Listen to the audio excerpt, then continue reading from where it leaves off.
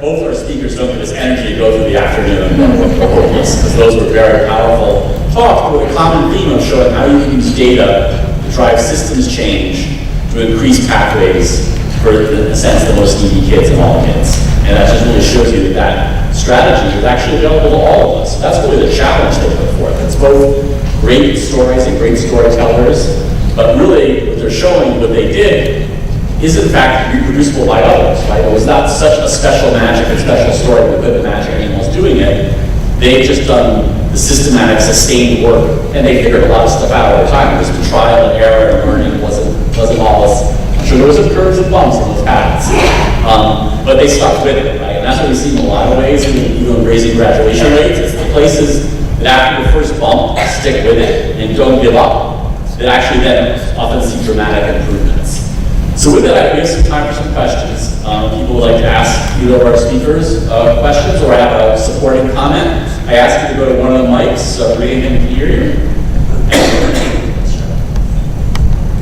I'd like to just ask kind of a twofold question. One is, how has this shaped pedagogy at Georgia State? And then two, what we see in our region, the Dallas-Fort region, a lot of the community colleges and local regional colleges are increasing their online courses, and I don't think in our K-12 institutions we prepare students to take coursework through that online medium. And we'd love to kind of a twofold question: how does this shape pedagogy?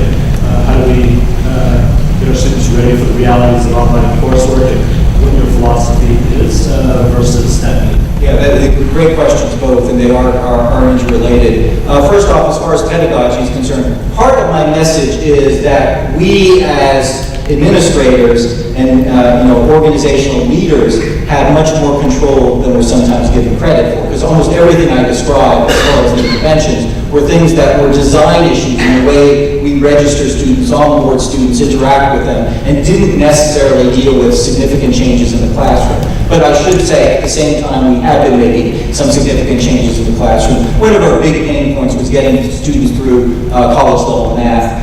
7 years ago, 43% of the students who attempted college-level math at Georgia State were getting non-passing grades, which is a disaster if you enroll mostly low-income students, because they circle back the next semester, they have to take the course over again, and if you don't prepare them to do any better, they're just racking up D's and F's and going through their aid. And so we totally changed the way we deliver introductory math at Georgia State. 8,500 seats a year we offer. 8,500 seats are now offered in a hybrid, adaptive learning format. We don't use any lecture hall introductory math formats anymore. All the students are sitting in computer labs with their classmates and instructors, but they're working at adaptive learning exercise, getting 100 bits of personalized feedback every hour they're in the lab. From that alone, we've lowered for the same material. In fact, the students are performing better at next level, as you can see from some of our STEM numbers. We've lowered the non-pass rates by over 35%. And now the faculty have so kind of bought into this idea of using hybrid flipped classrooms that we have 20,000 seats in the social sciences, that the faculty all on their own in psychology, political science, and economics are working on converting to a similar format where the students can be much more interactive and get personalized feedback. That's different for online. What we found at Georgia State, and I know we have at least one colleague here from Central Florida that has done more in this space than we have. For our student population, many of the students who most want to take online courses in their first year are the least well-equipped to do so. So the students for whom that's most appealing are not the students who are well-resourced enough to live on campus and be full-time students. It's the part-time students trying to juggle 30 hours. And these are students who often don't have a very good chance of success. So we provide very few options in the first year for our students to take online classes. We do support, and as you heard, scaling hybrid types of classes. As the students mature by the junior and senior year, I think we can be much more insightful about tracking which students have a good chance of succeeding in those classes, and the students often have built up a number of skills that will make them more successful. But we actually offer very few options in the first year purely online.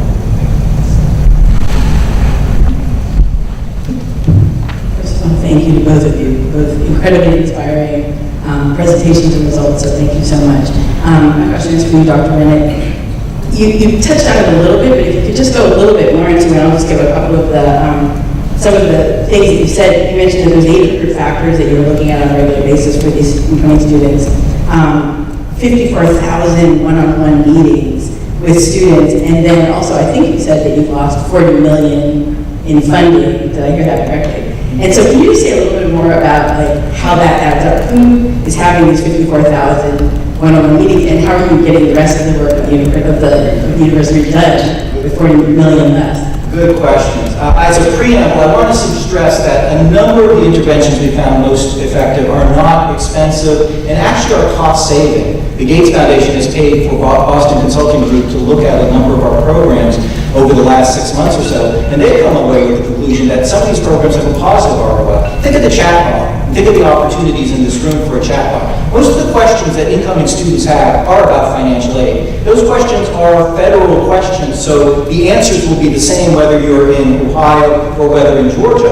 What if we pooled our resources and created a knowledge base that then could be deployed across the whole sector to help students in the middle of summer get immediate answers to some of these questions they have? The technology is not the biggest expense for that intervention. The biggest expense was just the human time it took to write answers and vet answers to 2,000 plus questions. Think of all the staff time that is saved by not having to answer those 201,000 responses that were delivered over a 3-month period. So there are real savings there. But with that said, you have put your finger on the most expensive initiative we've done is our changing of advising using predictive analytics and all those proactive outreach. And in complete honesty, it costs us about $3 million a year to run that program. Most of it, a fraction, 5% or so, is the technology costs. As some have already pointed out, those costs have gone down as the big data projects have become easier and easier to implement, and there are more vendors out there. The big cost is hiring all the people to be proactive and timely in their interactions. It doesn't do any good to have this fancy system if you're only getting back to the students 4 weeks later. If they're struggling on that first quiz, you need to get to them immediately before the midterm comes up and so forth. But what again has been shown is every 1% we increase our retention rate at Georgia State is worth about $3 million in continuing revenues, because those students who you hold on to are paying customers, right? They're paying tuition and fees. The students who walk away aren't paying you anything. And what happened, and you saw it graphically there, is almost immediately when we launched this intervention, we didn't see a 1% increase in retention rates. We saw a 4 or 5% increase in retention rates. In many ways, that's grown since then. So we're confident that even in the short term, within the first 18 months, this program was paying for itself, even though it seems very costly at $3 million a year. Jorge, this question is for you. I'd love for you to just tell a little bit more about what happened in your conversation with UC Merced around the remedial placements that were unexpected to you all. What were the obstacles? Like, what was actually the disconnect and how you solved for them? And then I'm also curious about you talked about the reliance on school counselors, and I'm curious about the ratios, student counselors ratios, and how you grapple with that. Sure, thank you. Very good questions. Let me start with the first one because it's a bit complicated. This idea of goodwill has to be managed because it can end very quickly if you don't monitor the tension, right, and the creative conflict of these conversations. But for us, it was very important that as we were becoming a more data-driven organization, that we wanted to have conversations with our higher ed partners around course placement. Because in our own internal analyses, we were seeing a lot of our students being downdrafted as opposed to being updrafted. And so we wanted to first just verify what were the practices that our colleges were engaged in that were resulting in that downdrafting effect. And so that's where I think, goodwill has to be balanced. We had to have very difficult conversations about this idea of the multiple measures that colleges and universities utilize to place students. And we made it very clear that most of those multiple measures, if they were more objective than not, came from our student information system, right? In other words, they were used to asking for transcripts that our students would bring, sitting with the students, advising them on the courses, and we were trying to understand how it was that we could instead exchange data electronically, coming directly from our student information system, again, in order for us to measure the accuracy of the course placement. And it was until several conversations later that, we began to identify practices that we thought were resulting in the downdrafting of our students. Asking some of our students, were they really prepared, in their opinion, to take transferable credit-bearing courses? And many of our students, as first-generation students, probably said, well, why don't I take one that's lower just so that I can get my feet wet and such. And so we really did our best to advance conversations that resulted in using information from our student information system based on the identification of the measures and the data points that they would need access to, and simply doing the same thing that we do in high school, which is master scheduling, right? We essentially said, because we share data with our higher ed partners, here are the students that we cannot verify apply to any other college or university, and therefore will end up at the community college system, for example. And we said if 100%, and we dealt with the summer melt, if 100% of those students show up, this is how many English 1A transferable class seats you're going to need. Here's how many English 125 class seats you're going to need. Here's how many English 252 class seats you're going to need. Here's how many English 252A you're going to need, because this is how many are English learners. Those were all data points that we own in our student information system. And we managed to get through that conversation, partly through goodwill, and hopefully now resulting in robust databases that hopefully will outlive that goodwill. If I leave, or if a president or chancellor leaves, those are systems that will remain in our system throughout. In terms of counseling, our current ratio is about 350 to 1. Unlike my experience in Fresno, our counselors were on the management scale in Fresno. In Sac City, they're part of our teachers union. And so that has brought on some challenges in that we have to be more intentional about what we negotiate for our counselors to do, because they're part of our labor partner. But in terms of ratio, I think we're where we need to be at 350-ish or to 1. Hi, my name is Alicia Bustillos, and I'm with the Campaign for College Opportunity, a nonprofit based in California. All of our work is grounded in the belief that the pathway to opportunity and success is through college.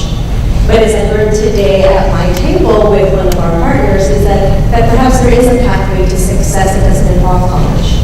The fact that FedEx is offering high school graduates $50,000 a year, to do work is astonishing. But I can't help but think, or have been around in education long enough where certain students were identified as being college material, and certain students were not. And very often those that were not are students of color. So Superintendent Aguilar, I'm wondering from your perspective, given all the work that you're doing to impress upon students the importance of college, how do you respond to the idea that maybe college isn't necessary to success? I think it's an excellent question, and it goes back to our guiding principle. Our guiding principle states that we will give every student an equal opportunity to graduate with the greatest number of post-secondary choices. And I often say post-secondary in its truest term is after secondary school, which is our high school system.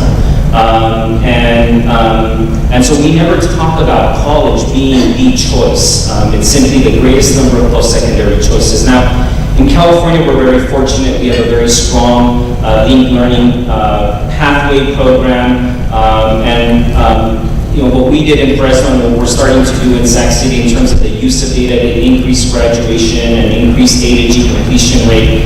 One question that is often asked of me is, then you certainly moved to an A to G default graduation set of requirements, which many school districts in California have done. LA Unified, San Jose Unified, and others, where basically your graduation requirements are essentially the same as completing the college prep requirements to apply to colleges and universities, and I said no. And I'm still convinced that that isn't necessarily the only way to achieve those kinds of results, and that's because I'm a very firm and strong believer and advocate for CTE pathways. But they have to be pathways that are very robust. So robust that a student who's in an engineering pathway doesn't have to understand the difference between an A to G course and a non-A to G course. That it is just part of the pathway that they will complete the A to G course pattern. And our job is to monitor, right? I mean, for example, the average number of A to G units for last year's entering class to Cal and UCLA was about 25 A to G units. The minimum is 15. So it's becoming harder and harder to get into our California colleges and universities with only 15. And so we've got to make sure that all of our pathway programs are resulting in students completing more than 15 A to G units, and I think we're doing that. On a personal level, my own daughter is in an engineering pathway, and despite the years in higher ed that I had at the University of California, I don't think she can tell you the difference between A to G and non-A to G. She's just going through an engineering pathway and is assuming, because that's how we've designed it as a system, that she will be eligible to apply to a college or university. And whether she does or not is a different question. But she will have the greatest number of post-secondary choices. And that may not be a college or university. All right, well, I want to thank our speakers for giving us a lot to think